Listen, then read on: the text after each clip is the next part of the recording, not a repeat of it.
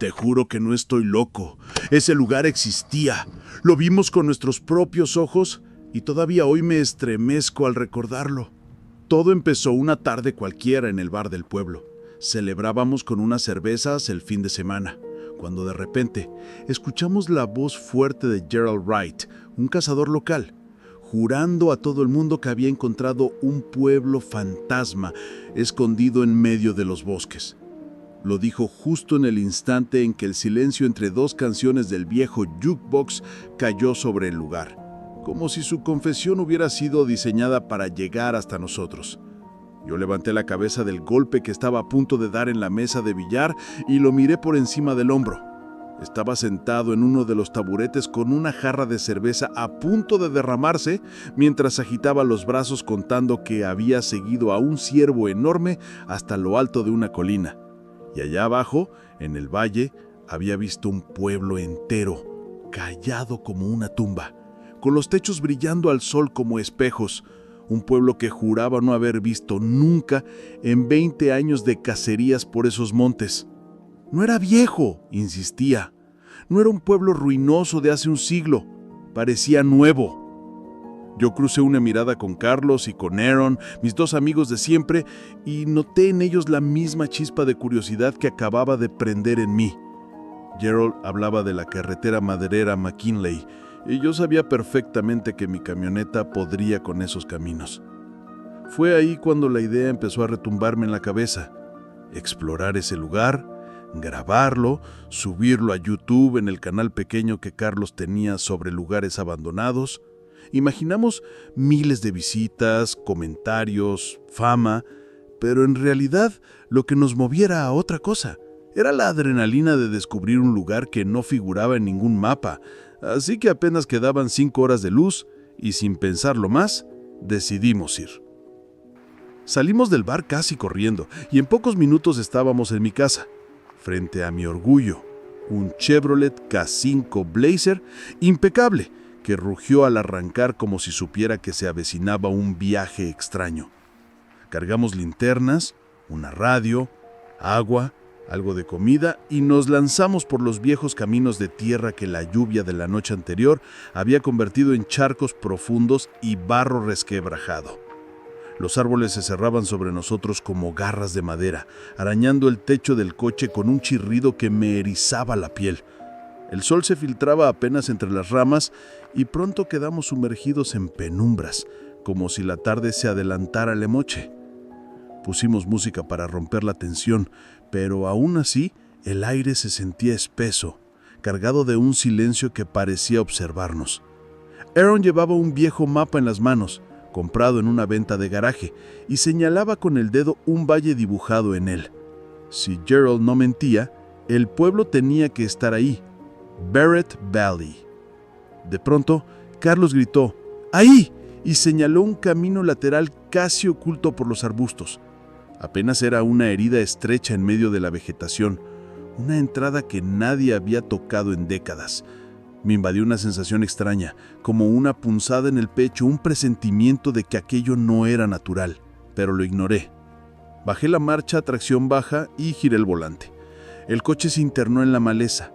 El silencio se volvió aún más denso, y después de 10 minutos de avanzar a paso de tortuga entre ramas y matorrales, ocurrió lo inexplicable. El camino de tierra se transformó en asfalto, negro, con líneas amarillas perfectamente pintadas. Frené en seco, sin comprender. ¿Cómo podía existir un tramo de carretera asfaltada en medio de la nada? Un lugar al que no llevaba ninguna otra vía. Seguimos avanzando con el corazón acelerado y al girar la última curva, lo vimos. Ahí estaba, extendiéndose por todo el valle como una postal torcida, un pueblo entero con casas, calles, comercios, un cine, un centro comunitario y al fondo, elevándose por encima de todo, el campanario blanco de una iglesia. Nos quedamos en silencio, con la boca abierta y luego reímos nerviosos. Carlos sacó su cámara y empezó a grabar como si hubiera encontrado el tesoro de su vida.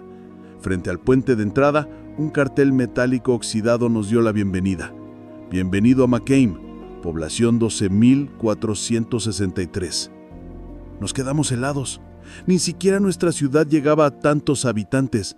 ¿Cómo podía existir una localidad así, tan moderna y tan grande, abandonada, sin que nadie hubiera oído hablar de ella? Atravesamos el puente y el eco del motor rebotó contra las fachadas vacías, contra ventanas rotas y jardines convertidos en selvas. La sensación era irreal, como si hubiéramos entrado en un decorado construido para una película posapocalíptica. Las casas parecían tener apenas 30 o 40 años, no viejas, pero el abandono las había devorado. Y lo más inquietante eran los cristales rotos desde adentro hacia afuera, como si alguien o algo hubiera intentado escapar desesperadamente. Nos detuvimos frente a la iglesia, blanca pero deslucida, con la puerta principal abierta de par en par. Dentro, los bancos estaban volcados, el púlpito destrozado y la figura de Cristo caída en el suelo, partida. Al lado del sendero de entrada había un tablón de anuncios cubierto de polvo, con letras apenas visibles. Sálvate de la pestilencia. Dios te ofrece salvación. Sentí un escalofrío recorrerme la espalda como si un muerto me acariciara la nuca. Carlos leyó en voz alta y Aaron bajó la mirada incómodo. Nadie entendía qué significaba aquella advertencia, pero todos lo sentimos. Ese frío instinto que te susurra que deberías dar la vuelta. Y, sin embargo, seguimos avanzando. Nos quedaban apenas 2 horas de sol, así que nos dirigimos al centro del pueblo, donde las fachadas comerciales aún conservaban los rótulos de lo que habían sido: lavandería, biblioteca, videoclub, un pequeño periódico local, una tienda. Aparqué en la plaza central y apagué el motor. El silencio fue tan brutal que se escuchaba el viento silbar entre las esquinas, como un lamento. Abrí la guantera y saqué una pistola plateada, una Beretta 92, que llevaba siempre por los lobos y los pumas de la zona. La aseguré a mi pierna y entregué a Aaron un rifle de caza y linternas para todos. Carlos no entendía por qué tanto armamento, pero no era el momento de explicarle que en esos bosques ya había habido ataques fatales. Bajamos, repartimos radios y acordamos separarnos. Ellos revisarían la biblioteca y el periódico. Yo iría hacia el taller mecánico y el videoclub. Nos despedimos con un "cuídate", que sonó demasiado frágil, como una promesa imposible. Y entonces quedé solo. El eco de mis pasos resonaba entre edificios que parecían mirarme desde sus ventanas vacías, y una voz en mi cabeza me repetía que aquel lugar no había sido simplemente construido y olvidado. No, había sido vivido. Había tenido gente, familias, risas, y ahora estaba muerto. Muerto de una manera antinatural. El taller mecánico estaba cerrado, con las 2 puertas grandes de chapa bajadas, así que forcé la de cristal del costado, que cedió con un chirrido y un tintineo de campana oxidada que retumbó como un disparo en medio de aquel silencio sofocante. Apunté la linterna al mostrador cubierto de polvo. Había cajas de aceite y estanterías con piezas que ya no tenían etiquetas legibles, pero lo que me heló la sangre fue la pantalla de ordenador que descansaba encima. No un monitor viejo de los 90, no. Era un monitor plano, un Dell moderno, cubierto de polvo pero innegablemente actual. Eso era imposible, aquel lugar debía llevar décadas muerto. Crucé al taller y mi luz se reflejó en algo metálico. Avancé y casi se me detuvo el corazón. En la plataforma había un Cadillac Escalade, un modelo reciente, pero corroído como si hubiera pasado ahí 30 años a la intemperie. La pintura comida por el sol, el chasis oxidado hasta el hueso. Retrocedí con el estómago revuelto sin entender, hasta que salí casi corriendo, dejando que la puerta se golpeara y la campana chillara enloquecida. Saqué la radio con manos temblorosas y llamé a mis amigos, mi voz quebrada. «Chicos, aquí pasa algo muy raro». La estática respondió primero y luego la voz de Carlos excitada, contando que en la biblioteca habían encontrado ordenadores nuevos en el mostrador y libros de los que ninguno había oído hablar jamás. Él lo decía entre risas nerviosas. como si todo fuera una broma fascinante, pero detrás escuché a Aaron toser fuerte, ahogado. Pregunté si estaba bien y Carlos lo quitó importancia, que habrían removido polvo viejo. Traté de convencerlos de irnos, pero suplicaron 5 minutos más para revisar la oficina del periódico. Sus voces sonaban demasiado emocionadas y yo no pude decir que no. Acepté, aunque por dentro lo único que quería era largarme de ese maldito pueblo antes de que cayera el sol. Buscando distraerme, crucé al videoclub del otro lado de la plaza. El rótulo decía Nostalgia Video y dentro olía a humedad y madera podrida. Iluminé los pósters pegados en las ventanas y el corazón se me hundió en el estómago. En uno de ellos se anunciaba La Monja 2, reestreno 20 aniversario, disponible en Blu-ray y disco virtual. Me quedé paralizado. Yo sabía de cine, sabía que esa película aún no había salido, mucho menos un aniversario 20 años después. ¿Qué significaba aquello? Un sudor frío me corrió por la espalda. Susurré para mí mismo: esto no tiene sentido, no tiene ningún maldito sentido, y huí tambaleando al exterior. Fue entonces cuando las puertas del edificio del periódico se abrieron de golpe y vi a Aaron y a Carlos salir despavoridos, pálidos como cadáveres, con ojos desorbitados y corriendo hacia mí sin detenerse. Carlos traía un papel apretado en la mano y no dejaba de gritar que corriera ya. No entendí nada, pero lo seguí hasta el centro comunitario, un edificio inmenso con las puertas amarillas descascaradas. Forcejearon entre ellos para abrirlas, se empujaban histéricos, hasta que finalmente logramos abrirlas de par en par, y lo que vimos adentro se clavó en mi memoria como un cuchillo que nunca deja de sangrar. Era un salón enorme, con el techo de vidrio roto dejando entrar la última luz gris de la tarde. Todas las mesas habían sido apartadas hacia un costado y en el suelo, Dios mío, en el suelo estaban ellos. Cientos, miles de esqueletos cubiertos con jirones de ropa, familias enteras abrazadas, parejas aferradas una a la otra, niños encogidos en brazos de sus padres.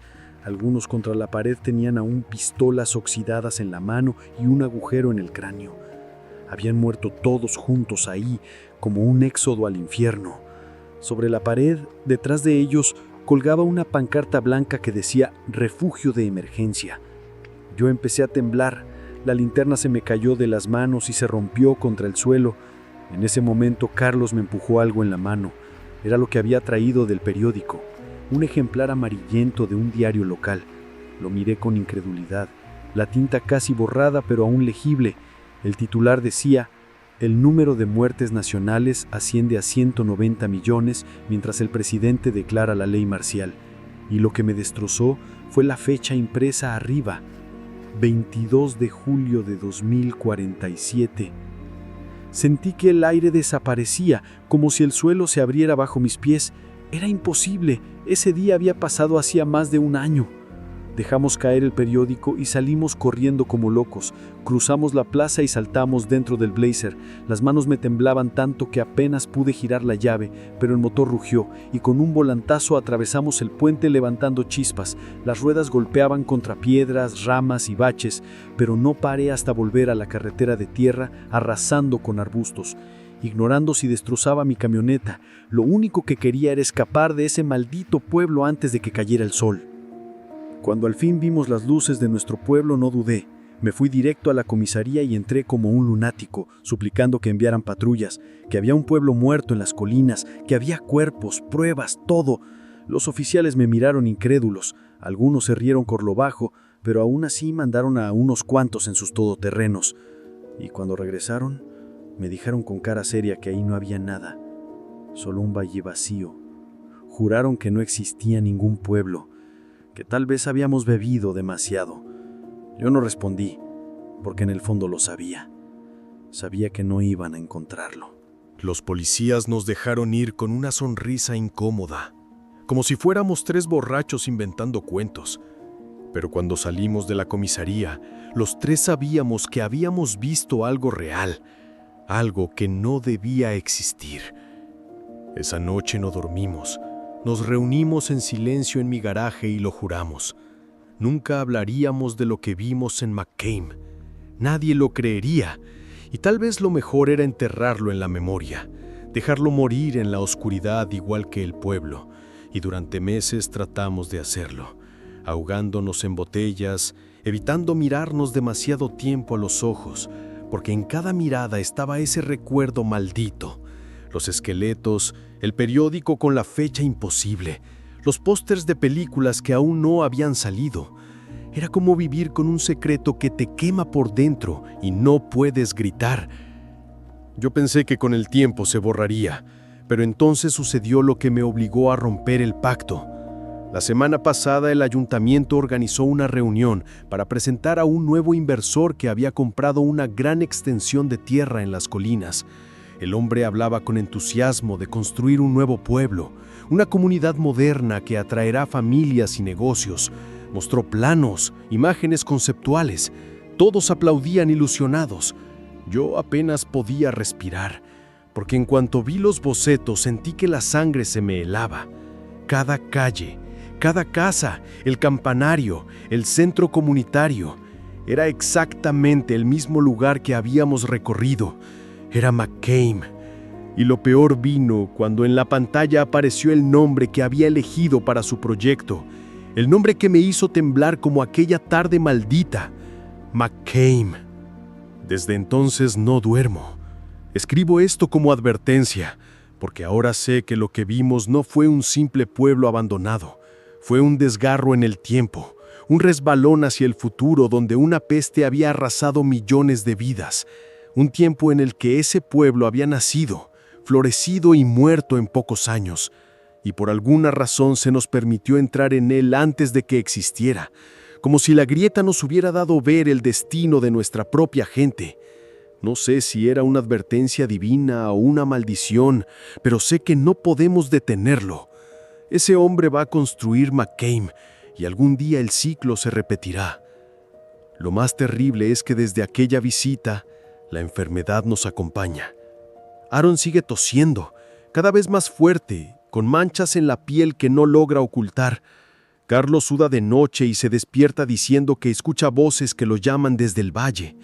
Y yo a veces sueño con los esqueletos del centro comunitario y me veo entre ellos, abrazado a nadie, esperando el final. Cada día que pasa estoy más convencido de que no escapamos de McCain, de que McCain salió con nosotros, pegado como una sombra que no se despega. Así que, si alguna vez escuchas a alguien hablar de un pueblo escondido en las colinas, uno con casas modernas pero abandonadas, con un cartel azul que dice «Bienvenido a McCain», no vayas, no entres, no repitas nuestro error, porque lo que hallarás allí no es un pueblo, es el futuro podrido de nuestra propia tierra, un destino sellado con huesos y silencio, y cuando cruces el puente, ya no volverás a ser el mismo. Yo lo sé, porque aunque logré huir, cada día siento que estoy un poco más muerto, como si mis huesos ya estuvieran ahí, apilados entre miles de otros, esperando a que el resto del mundo los alcance. Y aunque juramos callar, he tenido que contarlo, porque cuando McCain renazca, cuando sus calles brillen nuevas bajo el sol, la pestilencia también volverá, y entonces ya no habrá refugio que te salve.